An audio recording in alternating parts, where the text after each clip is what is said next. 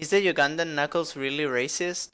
As I see, there's lots of people who want to display their supposedly superior intellect in regards of race and gender when talking about internet memes or video game memes like this one. I get very tired.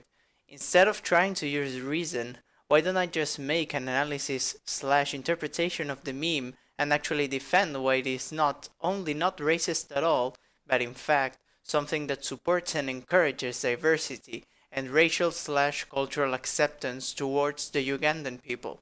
You see, I also know how to play this pseudo-intellectual game. At the end of the day, I am a former humanities student myself, so let's do it, shall we? The very first point I want to make is about calling each other brother. This behavior portrays Ugandan culture as being friendly and caring towards other human beings. Calling other men brother just shows how much appreciation and love Ugandan men show to each other, forming a bond so strong that they even see each other as brothers. Just imagine how good the world would be if we all humans saw each other as brethren. We would be a way more peaceful species, and we should be learning this from the Ugandans. Amazing representation. Point number 2, tongue clicking. Tongue clicking is part of some African languages, and it is something that it is not common in human languages in general. When showing the world that some African languages use clicks, we are actually portraying the amazing diversity humanity has, even in terms of speech.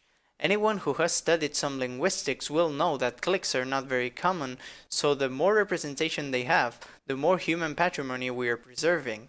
If we end up meeting an alien culture from another planet or plane of existence, we can show them how amazing we are, as we have a wide range of sounds in order to communicate.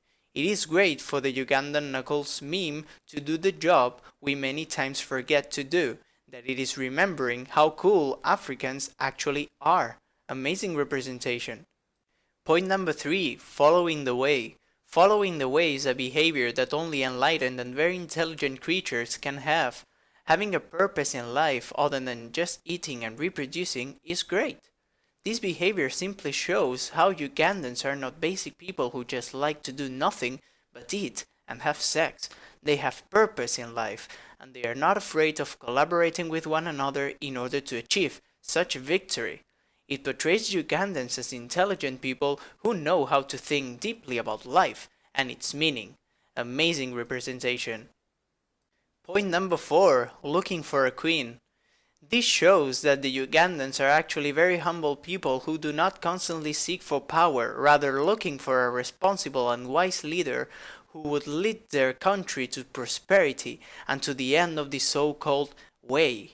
It is great to see how the Ugandans are not actually choosing a leader among themselves, but rather search for someone outside their tribe to lead them onwards. It means they respect other races and cultures, and they are not judgmental. Not only that, but they seek for a queen and not a king. So, in a way, they are fighting the patriarchy, as they have decided to look for a female leader and representative. How isn't that awesome? Amazing representation.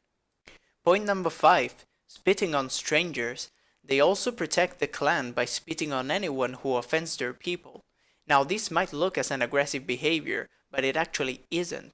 They are not claiming the heads of their enemies, you see.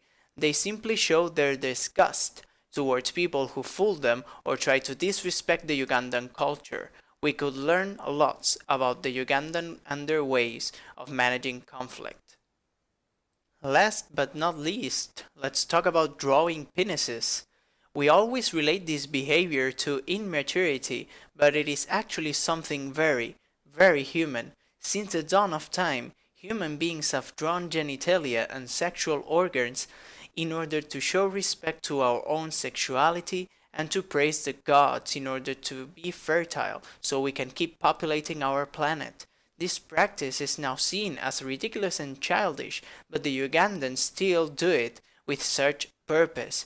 It is something good remembering. The Ugandans remind us of our humble beginning in this world and how important it is for us to take care of our sexuality.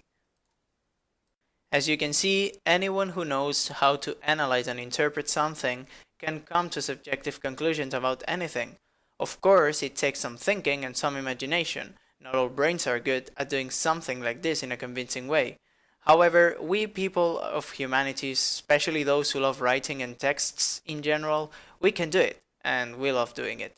Still, that doesn't mean we are right about what we are saying, and in no way we are actually being factual or objective with our conclusions. These are subjective interpretations that I wanted to exaggerate in a positive way, just to show that if you want, you can portray anything in life as being super positive or super negative. It just takes some thinking and enough confidence to sound convincing enough. Ugandan Knuckles is nothing but a joke. It doesn't try to portray Ugandans in any way. It was the Ugandans as it could have been the American rednecks, the Chinese people, the Indians, you name it, whatever. It's funny because it's ridiculous, and it is great that it has happened because it brings people together to do ridiculous things on the internet in order to have fun and entertain other people. There is no malice behind it, just as there is no intent of portraying Ugandans as the core of the human race or anything like that. Use your brain to do something less toxic. Stop trying to show us this way that you are very smart. Be smart and do something more positive. Maybe then people will acknowledge you as a more friendly and respectable human being. That's it. Sorry for the rant and see you next time, guys.